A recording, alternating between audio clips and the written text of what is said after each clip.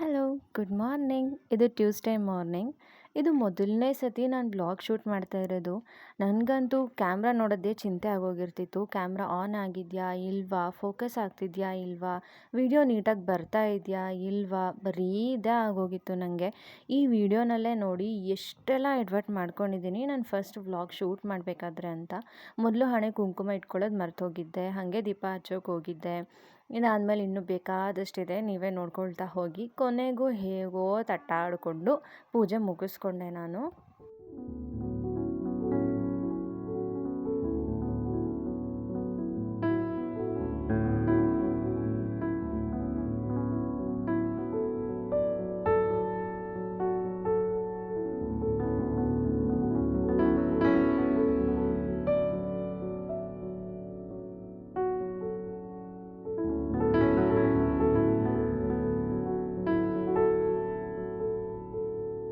ಇನ್ನು ಇವತ್ತು ಬ್ರೇಕ್ಫಾಸ್ಟಿಗೆ ಇಡ್ಲಿ ಸಾಂಬಾರು ಚಟ್ನಿನ ಮಾಡ್ತಾಯಿದ್ದೀನಿ ನಾನು.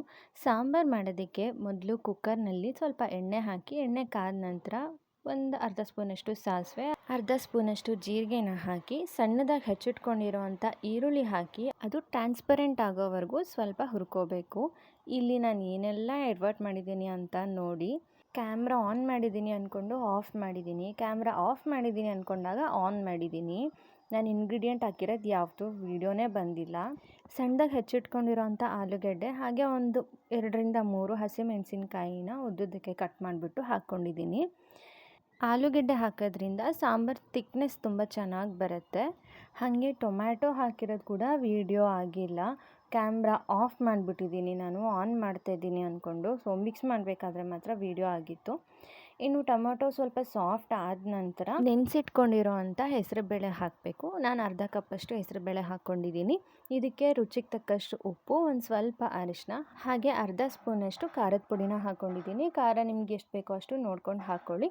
ಇನ್ನು ಆ ಖಾರದ ಪುಡಿದು ಘಾಟ್ ಹೋಗಬೇಕಲ್ಲ, ಒಂದು 2 ನಿಮಿಷ ಮೀಡಿಯಮ್ ಫ್ಲೇಮಲ್ಲಿ ಹುರ್ಕೋಬೇಕು, ನೀಟಾಗಿ ಮಿಕ್ಸ್ ಮಾಡಿಕೊಂಡು. ಇನ್ನು ಅರ್ಧ ಕಪ್ ಹೆಸರುಬೇಳೆಗೆ 1.5 ಕಪ್ಪಷ್ಟು ನೀರು ಹಾಕ್ಕೋಬೇಕು. ಅಂದರೆ 1 ಕಪ್ ಹೆಸರುಬೇಳೆಗೆ 3 ಕಪ್ಪಷ್ಟು ನೀರು ಅನ್ನೋ ಥರ ಲೆಕ್ಕಕ್ಕೆ. ಹಂಗೆ ಹಾಕ್ಕೊಂಡ್ರೆ ನಿಮಗೆ ದಾಲ್ ಕನ್ಸಿಸ್ಟೆನ್ಸಿ ಚೆನ್ನಾಗಿ ಬರುತ್ತೆ. ಹಾಗೆ ಉಕ್ಕಿ ಹೋಗಲ್ಲ. ಜಾಸ್ತಿ ನೀರು ಹಾಕಿದ್ರೆ ಬೇಯೋವಾಗ ವಿಷಿಲ್ ಬರಬೇಕಾದ್ರೆಲ್ಲ ಉಕ್ಕಿ ಹೋಗ್ಬಿಡುತ್ತೆ. ಈಗ ಬೇಳೆಗೆ ಎಷ್ಟು ಬೇಕೋ ಅಷ್ಟು ಮಾತ್ರ ನೀರು ಹಾಕ್ಕೊಂಡು ಕೊನೆಯಲ್ಲಿ ಮತ್ತೆ ನೀರನ್ನು ಆ್ಯಡ್ ಮಾಡಿಕೊಂಡು ಒಂದು ಸತಿ ಕುದಿಸ್ಕೊಂಡ್ರೆ ಇಡ್ಲಿ ಸಾಂಬಾರು ಸ್ವಲ್ಪ ತಿಳಿಯಾಗಿ ಚೆನ್ನಾಗಿ ಬರುತ್ತೆ. ಈಗ ಕ್ಯಾಪ್ ಹಾಕಿ 3 ವಿಷಿಲ್ ಕೂಗಿಸ್ಬೇಕು. ನಾನು ಹುಣಸೆಹಣ್ಣು ಹಾಕೋದನ್ನು ಮರೆತುಬಿಟ್ಟು ಕ್ಯಾಪ್ ಹಾಕಿ ಇದೊಂದು ಎಡ್ವರ್ಟ್ ಮಾಡಿಕೊಂಡೆ. ನಿಮಗೆ ಹುಣಸೆಹಣ್ಣು ಇಷ್ಟ ಇಲ್ಲ ಅಂದರೆ ಇನ್ನೂ ಒಂದು ಟೊಮ್ಯಾಟೋನ ಆ್ಯಡ್ ಮಾಡ್ಕೋಬೋದು. ನಾನು ಸ್ವಲ್ಪ ಹುಣಸೆಹಣ್ಣು ಆ್ಯಡ್ ಮಾಡ್ಕೊಂಡಿದ್ದೀನಿ. ಇನ್ನು ಅದು ವಿಷಿಲ್ ಕೂಗೋ ಅಷ್ಟರಲ್ಲಿ ಚಟ್ನಿ ಮಾಡ್ಕೊಂಬಿಡೋಣ ಅಂತ ಒಂದು ಮಿಕ್ಸಿ ಜಾರಿಗೆ ಸ್ವಲ್ಪ ತೆಂಗಿನಕಾಯಿ, ಒಂದು 4 ಹಸಿರು ಮೆಣಸಿನ್ಕಾಯಿ, ರುಚಿಗೆ ತಕ್ಕಷ್ಟು ಉಪ್ಪನ್ನು ಹಾಕ್ಕೊಂಡು ಇದನ್ನು ರುಬ್ಕೊಂಡ್ರೆ ಮುಗೀತು ಅಷ್ಟೇ. ನಾನು ಜಾಸ್ತಿ ಏನು ಇಂಗ್ರೀಡಿಯೆಂಟ್ ಹಾಕಿಲ್ಲ, ಜಸ್ಟ್ 3 ಇಂಗ್ರೀಡಿಯೆಂಟ್ ಅಷ್ಟೇ. ಇದರಲ್ಲಿ ನಾನೆಷ್ಟು ತಟ್ಟಾಡ್ತಿದ್ದೀನಿ ನೋಡಿ, ಜಾರ್ ಕ್ಯಾಪ್ನ ಹೆಂಗೆ ಹಾಕಲಿ, ಹೆಂಗೆ ತೋರಿಸ್ಲಿ, ಯಾವ ಥರ ವಿಡಿಯೋ ಮಾಡಲಿ ಅಂತ. ಇನ್ನೂ ನಂದು ಇಷ್ಟೆಲ್ಲ ಸರ್ಕಸ್ ಮುಗಿಯೋ ಅಷ್ಟರಲ್ಲಿ ನನ್ನ ಸಾಂಬಾರೇ ರೆಡಿ ಆಗೋಗ್ಬಿಟ್ಟಿತ್ತು. 3 ವಿಷಿಲ್ ಕೂಗಿತ್ತು ಆಗಲೇ. ಸೊ ಕ್ಯಾಪ್ ಓಪನ್ ಮಾಡಿದ ತಕ್ಷಣ ನಿಮಗೆ ಮೇಲ್ಗಡೆ ತಿಳಿ ಇರುತ್ತೆ, ಬೇಳೆ ಆಲೂಗಡ್ಡೆ ಎಲ್ಲ ತಳದಲ್ಲಿ ಕೂತ್ಕೊಂಡ್ಬಿಟ್ಟಿರುತ್ತೆ. ಹಾಗಾಗಿ ನೀಟಾಗಿ ಮಿಕ್ಸ್ ಮಾಡ್ಕೋಬೇಕು. ನೀವು ಸ್ಪೂನಲ್ಲಿಂದನೂ ಮಿಕ್ಸ್ ಮಾಡ್ಕೋಬೋದು, ಅಥವಾ ನಿಮ್ಮ ಹತ್ರ ಸ್ನ್ಯಾಶರ್ ಏನಾದರೂ ಇದ್ದರೆ ಮಸಿಯೋ ಅಂಥದ್ದು ಅದನ್ನು ಯೂಸ್ ಮಾಡಿಕೊಂಡು ಮಸಿಬೋದು. ಸ್ಪೂನಲ್ಲೇ ಮಿಕ್ಸ್ ಮಾಡಿಕೊಂಡ್ರೂ ಆಗುತ್ತೆ. ಬೇಳೆನ ನಾವು ಆಲ್ರೆಡಿ ಚೆನ್ನಾಗಿ ಬೇಯಿಸ್ಕೊಂಡಿದ್ದೀವಲ್ಲ, ನೆನೆಸಿ ಬೇಯಿಸಿರೋದ್ರಿಂದ ತುಂಬ ಸಾಫ್ಟಾಗಿ ಬೆಂದಿರುತ್ತೆ. ಇನ್ನು ಮೇಲ್ಗಡೆ ಸ್ವಲ್ಪ ಕೊತ್ತಂಬರಿ ಸೊಪ್ಪನ್ನು ಹಾಕ್ಕೊಂಡಿದ್ದೀನಿ. ನೀವು ಇದನ್ನು ಈಗ ಮಿಕ್ಸ್ ಮಾಡಿ ನಿಮ್ಗೆ ಎಷ್ಟು ಬೇಕೋ ಅಷ್ಟು ನೀರು ಹಾಕಿ ಮತ್ತೊಂದು ಸರಿ ಕುದಿಸ್ಕೊತೀರಲ್ಲ, ಅದಾದಮೇಲೆ ಕೊನೆಯಲ್ಲಿ ಕೂಡ ಕೊತ್ತಂಬರಿ ಸೊಪ್ಪನ್ನು ಆ್ಯಡ್ ಮಾಡ್ಬೋದು. ನಾನು ವೀಡಿಯೋ ಮಾಡ್ಕೊಳ್ತಾ ಮುಂಚೆನೇ ಕೊತ್ತಂಬರಿ ಸೊಪ್ಪು ಹಾಕಿಬಿಟ್ಟೆ. ಇದು ಒಂದು ಎಡ್ವರ್ಟ್ ಮಾಡಿಕೊಂಡೆ ನಾನು. ನೋಡ್ತಿದ್ದೀರಲ್ಲ ಎಷ್ಟು ಗಟ್ಟಿಯಾಗಿದೆ ಅಂತ. ಇದು ಚಪಾತಿಗೆಲ್ಲ ತಿನ್ನೋದಕ್ಕೆ ತುಂಬ ಚೆನ್ನಾಗಿರುತ್ತೆ ಈ ಗಟ್ಟಿಯಾಗಿದ್ದಾಗ. ಬಟ್ ಇಡ್ಲಿಗೆ ತಿನ್ನಬೇಕು ಅಂದಾಗ ಸ್ವಲ್ಪ ನೀರು ಇರಬೇಕಲ್ಲ, ಹಾಗಾಗಿ ಇನ್ನೂ ಸ್ವಲ್ಪ ನೀರನ್ನು ಆ್ಯಡ್ ಮಾಡಿಕೊಂಡು ನಿಮ್ಗೆ ಇನ್ನೂ ಉಪ್ಪು, ಹುಳಿ, ಖಾರ ಏನಾದರೂ ಬೇಕಾ ಟೇಸ್ಟ್ ನೋಡಿಕೊಂಡು ಒಂದು ಸತಿ ಕುದಿಸ್ಕೊಂಡ್ರೆ ಮುಗೀತು, ಇಡ್ಲಿ ಸಾಂಬಾರು ರೆಡಿಯಾಗಿ ಹೋಗುತ್ತೆ. ಈ ಸಾಂಬಾರಂತೂ ಸಖತ್ತಾಗಿರುತ್ತೆ. ಇಡ್ಲಿ ಜೊತೆ ಆಗಿರಲಿ, ದೋಸೆ ಜೊತೆ, ಅನ್ನಕ್ಕೆ, ಚಪಾತಿಗೆ ಎಲ್ಲದಕ್ಕೂ ಚೆನ್ನಾಗಿರುತ್ತೆ. ಒಂದು ಸತಿ ಟ್ರೈ ಮಾಡಿ. ಇನ್ನು ಸಂಜೆ ಹಾಲು ಕಾಯಿಸ್ಬೇಕಾದ್ರೆ ಫ್ರಿಡ್ಜಿಂದ ಹಾಲು ಎತ್ಕೊಂಡು ಅದರಲ್ಲಿ ಕೆನೆ ಕಟ್ಟಿರುತ್ತಲ್ಲ, ಬೆಳಗ್ಗೆ ಹಾಲು ಕಾಯಿಸಿದಾಗ ನಾನು ಫ್ರಿಜ್ಜಲ್ಲಿ ಎತ್ತಿಟ್ಬಿಟ್ಟಿರ್ತೀನಿ. ಅದು ಮೇಲ್ಗಡೆ ಕೆನೆ ಎಲ್ಲ ಸ್ವಲ್ಪ ಗಟ್ಟಿಯಾಗಿರುತ್ತೆ. ಅದನ್ನು ನಾನು ಒಂದು ಬಾಕ್ಸಲ್ಲಿ ಹಾಕಿಬಿಟ್ಟು ಫ್ರೀಝರಲ್ಲಿ ಎತ್ತಿಟ್ಕೊಂಡಿರ್ತೀನಿ. ಒಂದು 15 ಡೇಸ್ ಅಥವಾ 20 ಡೇಸ್ಗೆ ಒಂದು ಸತಿ ಅದನ್ನು ಹಾಕಿಬಿಟ್ಟು ಬೆಣ್ಣೆ ಮಾಡಿಕೊಂಡು ಮನೆಯಲ್ಲೇ ತುಪ್ಪನೂ ಮಾಡ್ಕೋತೀನಿ. ನಮ್ಗೆ ಹೊರಗಡೆ ತುಪ್ಪ ತಿನ್ನೋಕ್ಕೆ ಇಷ್ಟ ಆಗಲ್ಲ, ಅದು ಒಂಥರ ಸ್ಮೆಲ್ ವಾಮಿಟ್ ಬಂದಂಗೆ ಆಗುತ್ತೆ ಅಂತ. ನೋಡಿ ಎಷ್ಟೊಂದು ಕೆನೆ ತೆಗೆದಿಟ್ಟಿದ್ದೀನಿ ನಾನು. ಇನ್ನು ಇವತ್ತು ಸಂಜೆ ಕಾಫಿ ಟೀ ಎಲ್ಲ ಏನೂ ಬೇಡ, ಡ್ರೈ ಫ್ರೂಟ್ಸ್ ಮಿಲ್ಕ್ ಶೇಕ್ ಮಾಡೋಣ ಅಂತ ಹೇಳಿ ಹಾಲು ಕಾಯೋದಕ್ಕೆ ಇಟ್ಟಿದ್ದೆ.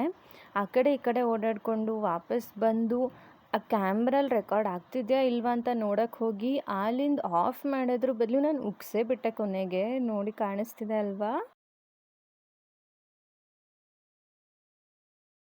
ಇನ್ನು ಡ್ರೈ ಫ್ರೂಟ್ಸ್ ಮಿಲ್ಕ್ ಶೇಕ್ ಮಾಡೋದಕ್ಕೆ ನಾನು ಬೆಳಗ್ಗೆನೇ 4 ಬಾದಾಮಿ, 2 ಗೋಡಂಬಿ ಹಾಗೆ 8 ದ್ರಾಕ್ಷಿ ಇಷ್ಟು ನೆನೆಯೋಕ್ಕೆ ಹಾಕಿದ್ದೆ. ಅದರಲ್ಲಿ ಬಾದಾಮಿ ಸಿಪ್ಪೆನ ತೆಗೆದು ಫಸ್ಟು ಮಿಕ್ಸಿ ಜಾರಿಗೆ ಹಾಕ್ಕೊಂಡು ಅದನ್ನು ಸ್ವಲ್ಪ ತರಿಯಾಗಿ ಪುಡಿ ಮಾಡಿಕೊಂಡೆ.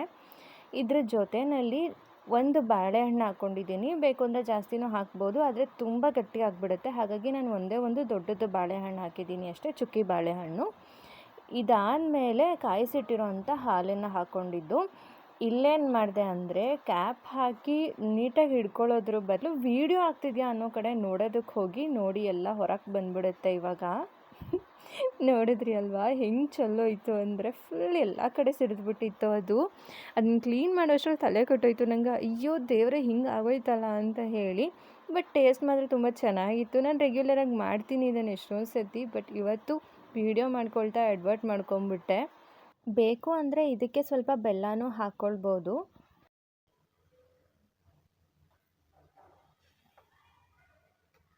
ಕೊಕೊನಟ್ ಚಟ್ನಿ, ಈ ಚಟ್ನಿ ಜೊತೆ ಇವಾಗ ಇಡ್ಲಿ ಹಿಟ್ಟಿತ್ತಲ್ಲ ಬೆಳಗ್ಗೆದು, ಅದರಲ್ಲೇ ದೋಸೆ ಮಾಡೋಣ ಅಂತ ಅಂದ್ಕೊಂಡಿದ್ದೀನಿ.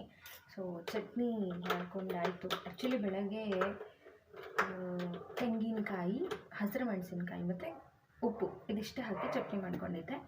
ರೆಗ್ಯುಲರಾಗಿ ಆ ಚಟ್ನಿ ತುಂಬ ಚೆನ್ನಾಗೇ ಬರ್ತಾಯಿತ್ತು. ಬಟ್ ಇವತ್ತೇನಾಯಿತು ಅಂದರೆ ತೆಂಗಿನಕಾಯಿ ಫ್ರಿಡ್ಜಲ್ಲಿ ಇಟ್ಟಿದ್ದರಿಂದ ಅದನ್ನು 1 ಅವರ್ ಮುಂಚೆನೇ ತೆಗೆದಿಡಬೇಕಾಗಿತ್ತು. ಬೆಳಗ್ಗೆ ನಾನು ತೆಗಿಯೋದು ಮರ್ತೋಗ್ಬಿಟ್ಟೆ. ಹಾಗಾಗಿ ಸ್ವಲ್ಪ ಅದು ಟೇಸ್ಟ್ ಅಷ್ಟು ಚೆನ್ನಾಗಿರಲಿಲ್ಲ. ಹಾಗಾಗಿ ಅದ್ರ ಜೊತೆ ಇವಾಗ ಕೊತ್ತಂಬರಿ ಸೊಪ್ಪು ಮತ್ತು ಇನ್ನೊಂದು ಸ್ವಲ್ಪ ಹಸಿಮೆಣಸಿನ್ಕಾಯಿ, ಹುರ್ಗಡಲೆ, ಉಪ್ಪು ಹಾಗೆ ಬೆಳ್ಳುಳ್ಳಿ, ಒಂದು 4ರಿಂದ 5 ಎಸಳು ಬೆಳ್ಳುಳ್ಳಿನ ಆ್ಯಡ್ ಮಾಡಿಕೊಂಡು ಚಟ್ನಿ ಮಾಡ್ಕೊಂಡಿದ್ದೀನಿ.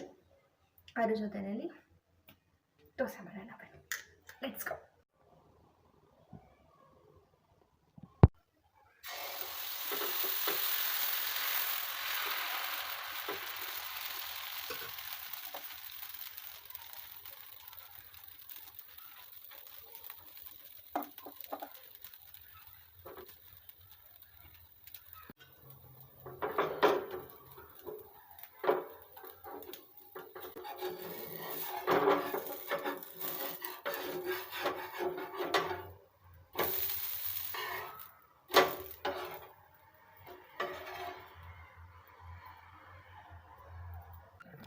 ಇದು ನನ್ನ ಫಸ್ಟ್ ಡೇ ವ್ಲಾಗು. ಇದರಲ್ಲಿ ಬೇಜಾನ್ ಎಡ್ವರ್ಟ್ಗಳು ಮಾಡಿದ್ದೀನಿ, ಆದರೆ ಯಾರೂ ಏನು ಬೇಜಾರು ಮಾಡ್ಕೋಬೇಡಿ. ದಯವಿಟ್ಟು ನಿಮ್ಗೆ ಇಷ್ಟ ಆದರೆ ಫಾಲೋ ಮಾಡೋದನ್ನ ಮರಿಬೇಡಿ.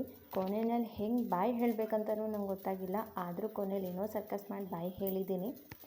Thank you for watching. ಮತ್ತೆ ಸಿಗೋಣ ಮತ್ತೊಂದು ವ್ಲಾಗಲ್ಲಿ.